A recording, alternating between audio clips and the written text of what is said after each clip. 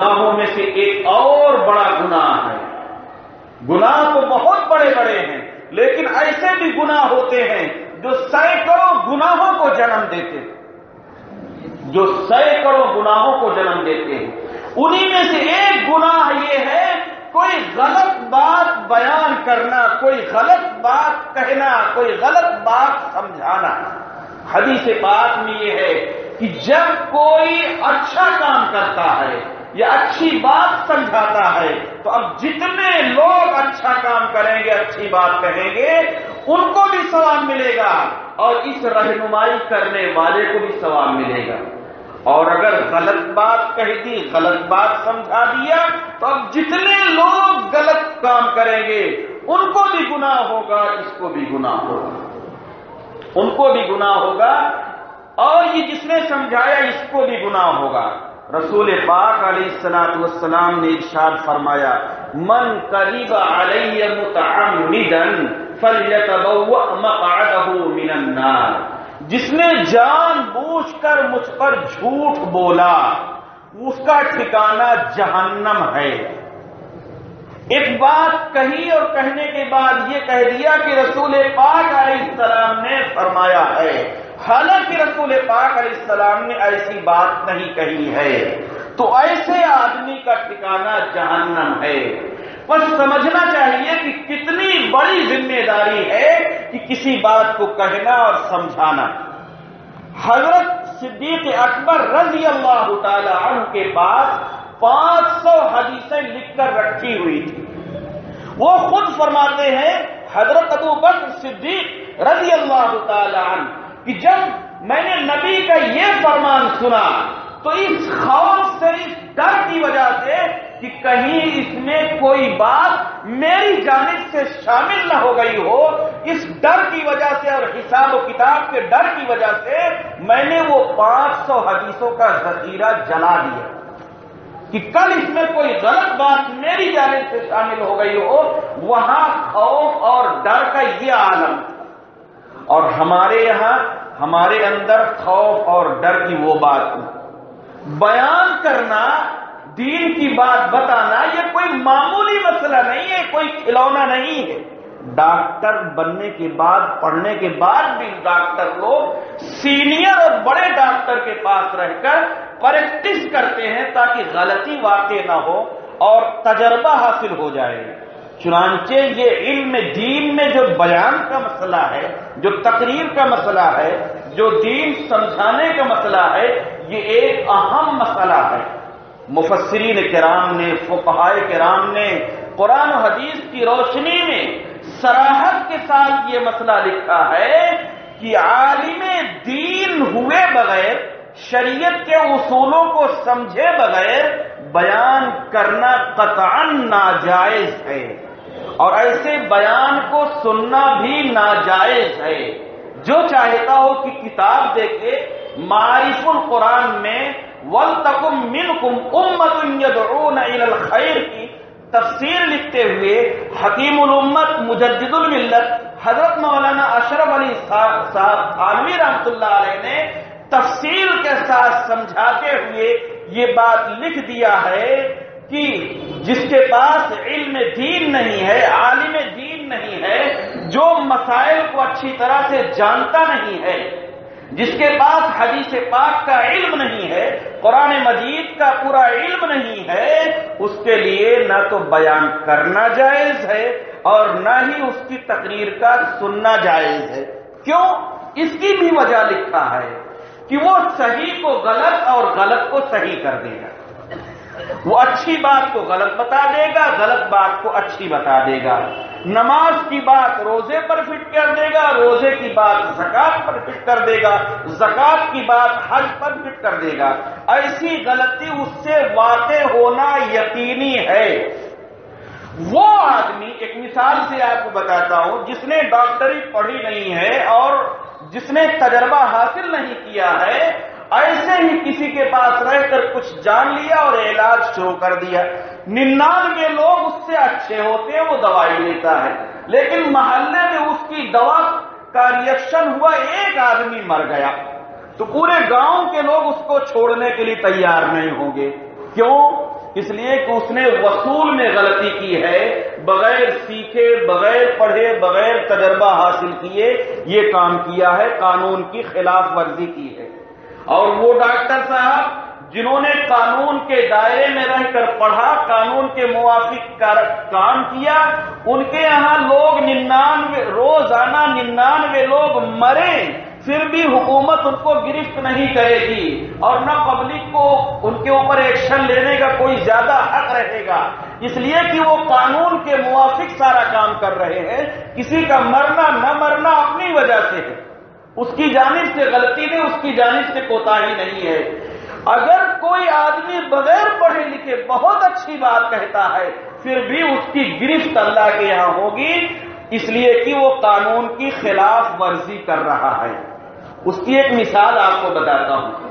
اس کی مثال یہ ہے کہ آپ حضرات جانتے ہیں کہ نماز ایک فرض ہے، روزہ دوسرا فرض ہے، زکوٰۃ تیسرا فرض ہے، حج چوتھا فرض ہے، اور ایک فرض اور ہے جس کو شریعت میں جہاد کہا جاتا ہے۔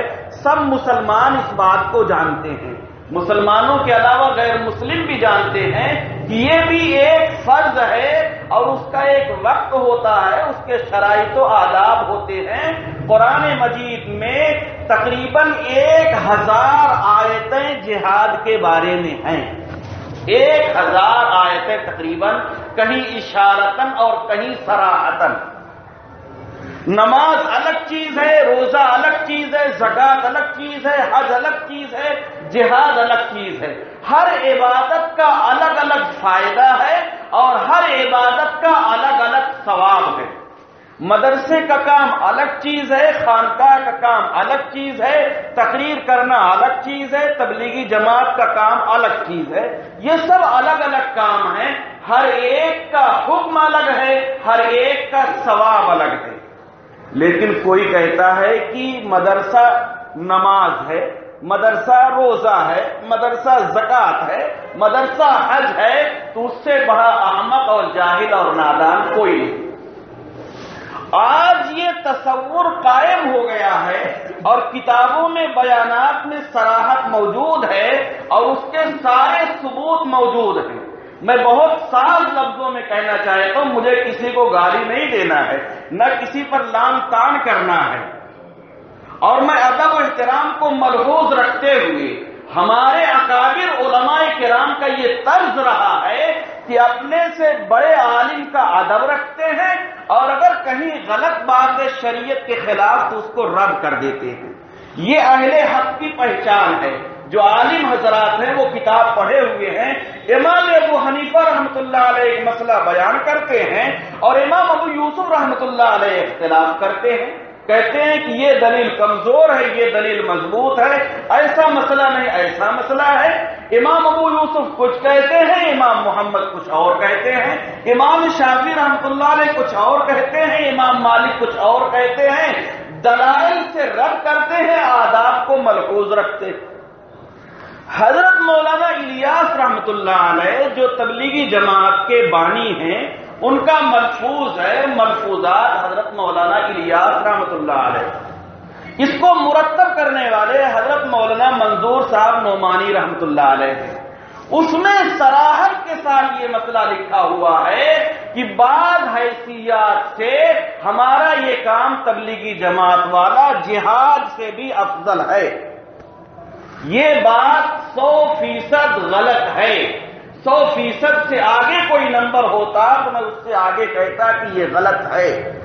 پھر یہ کہ جہاد کی فضیلتوں کو تبلیغی جماعت پر فٹ کرنا، ممبر پر بیٹھ کر کہنا انفروا خفافا وثقالا، کسی بھی حال میں ہو تبلیغی جماعت میں نکلو، یہ آیت اتری تھی اس وقت جب غزوہ تبوک میں رسول پاک علیہ السلام کو اعلان کرنا تھا۔ سب سے بڑی جنگ اسلام کی غزوہ تبوک تھی۔ اس وقت اللہ تعالیٰ نے اس آیت کو اتارا اور سارے مسلمانوں پر یہ فرض ہوا انفروا خفافا وثقالا، کوئی کسی بھی حال میں ہو اس جنگ کے لیے نکلے۔ اس موقع پر یہ آیت نازل ہوئی اس کے لیے یہ آیت ہے. یہ آیت نہ نماز کے لیے ہے، نہ روزہ کے لیے ہے، نہ زکوٰۃ کے لیے ہے، نہ حج کے لیے ہے، نہ خانقاہ کے لیے ہے، نہ مدرسہ کے لیے ہے، نہ تبلیغی جماعت کے لیے ہے. اس آیت کو تبلیغی جماعت پر پڑھنا یہ تحریف معنوی ہے، قرآن مجید کے معنی کو بدلنا ہے. آپ غور کریں، بریلوی حضرات پر انہوں نے قرآن مجید کی کوئی آیت نہیں بدلی ہے، اہل حدیث حضرات پر انہوں نے کوئی آیت نہیں بدلی ہے، جماعت اسلامی حضرات پر انہوں نے کوئی آیت نہیں بدلی ہے، لیکن پھر بھی ان کے بارے میں کچھ نہ کچھ علماء دیوبند کہتے ہیں کہ یہاں غلط ہے، یہاں غلط ہے، یہاں غلط ہے. تو اگر ہماری ہی جماعت کا کوئی حصہ غلط بات کہتا ہے تو ہم کہیں گے یہ غلط ہے. اس کام کو تبلیغی جماعت کو جہاد کہنا یا جہاد کی آیتیں اور جہاد کی حدیثیں اس پر فٹ کرنا 100% غلط ہے، ٹوٹل جھوٹ ہے اور دھوکہ ہے. اس سے توبہ کرنا لازم ہے، اور جب تک نہیں معلوم تھا تب تک بات الگ ہے، معلوم ہونے کے بعد توبہ کرنا لازم ہے. یہ بڑا گناہ ہے. جب مسلمان یہ سمجھ لیں گے کہ جہاد وہ نہیں، جہاد یہ تبلیغی جماعت ہے، اور اس کو چھوڑنے پر وہ گناہ ہوگا جو گناہ جہاد چھوڑنے پر ہوتا ہے، تو بتاؤ مسلمانوں کتنا بڑا نقصان ہوگا. کیا اس کام سے وہ فرض ادا ہو جائے گا جس فرض کا بیان قرآن مجید میں ہے، جس فرض کا بیان حدیث پاک میں ہے؟ جب رسول پاک علیہ السلام اعلان فرماتے تھے حی علی الجہاد، نکلو جہاد کے لیے، تو کیا لوگ تبلیغی جماعت میں جاتے تھے، یا لوگ قلم کاغذ لے کے بیٹھ جاتے تھے، یا مدرسہ میں پڑھانے کے لیے بیٹھ جاتے تھے، یا خانقاہ میں ذکر و اذکار کے لیے بیٹھ جاتے تھے؟ نہیں، وہ میدانوں میں نکلا کرتے تھے. وہ کام جس میں نبی کو زخم لگا ہے، جس میں نبی کا خون بہا ہے، جس میں صحابہ کے ٹکڑے ہوئے ہیں، جس میں صحابہ کی بیویاں بیوہ ہوئی ہیں، بچے یتیم ہوئے ہیں، اس کام کے بارے میں یہ تصور کرنا کہ وہ ثواب اس میں مل جائے گا، ہر درجے کی غلط فہمی ہے اور نادانی. اس سے توبہ لازم ہے. ایک مسئلہ میں نے آپ حضرات کو یہ بتا دیا کہ کسی بھی غیر عالم کے لیے بیان کرنا جائز نہیں ہے، اور نہ ہی اس کا بیان سننا جائز ہے. اسی کے ساتھ ساتھ ایک غلط جو راہ چل رہی ہے اس کے بارے میں وضاحت کیا. میرے بیان کا جو خلاصہ ہے وہ یہ ہے کہ اپنے ایک ایک جز کو ہم دیکھیں، ہماری زبان سے کوئی غلط بات نہ نکلے، ہمارے ہاتھ پاؤں سے کوئی غلط کام نہ ہو. ہم کو حساب دینا ہے، قبر میں جانا ہے. اگر ہم نے ایک ذرہ بھی غلط کیا تو گرفت ہوگی، چاہے مولانا صاحب ہوں گے، چاہے مفتی صاحب ہوں گے، چاہے محدث صاحب ہوں گے، چاہے عالم صاحب ہوں گے، چاہے جاہل صاحب ہوں گے، چاہے تاجر صاحب ہوں گے، چاہے مدرسہ والے ہوں گے، چاہے خانقاہ والے ہوں گے، چاہے تبلیغ والے ہوں گے. اگر غلط کیا ہے اس کا حساب دینا پڑے گا، بغیر توبہ کے، سچی پکی توبہ کے اگر مر گئے. اس لیے ہم میں سے ہر ایک کو ایک ایک بات سوچ سمجھ کر کہنا چاہیے اور سوچ سمجھ کر بولنا چاہیے، ایک ایک کام سوچ سمجھ کر کرنا چاہیے. اللہ تعالی ہم سبوں کو سنت و شریعت کے موافق زندگی گزارنے کی توفیق عطا فرمائے، اور حق پر مرنے کی، حق پر جینے کی توفیق عطا فرمائے. آپس میں مل جل کر اتحاد و اتفاق کے ساتھ رہنے کی توفیق عطا فرمائے. اسلام کو غلبہ نصیب فرمائے. وآخر دعوانا الحمدللہ رب العالمین. سنتیں ادا کر لیں.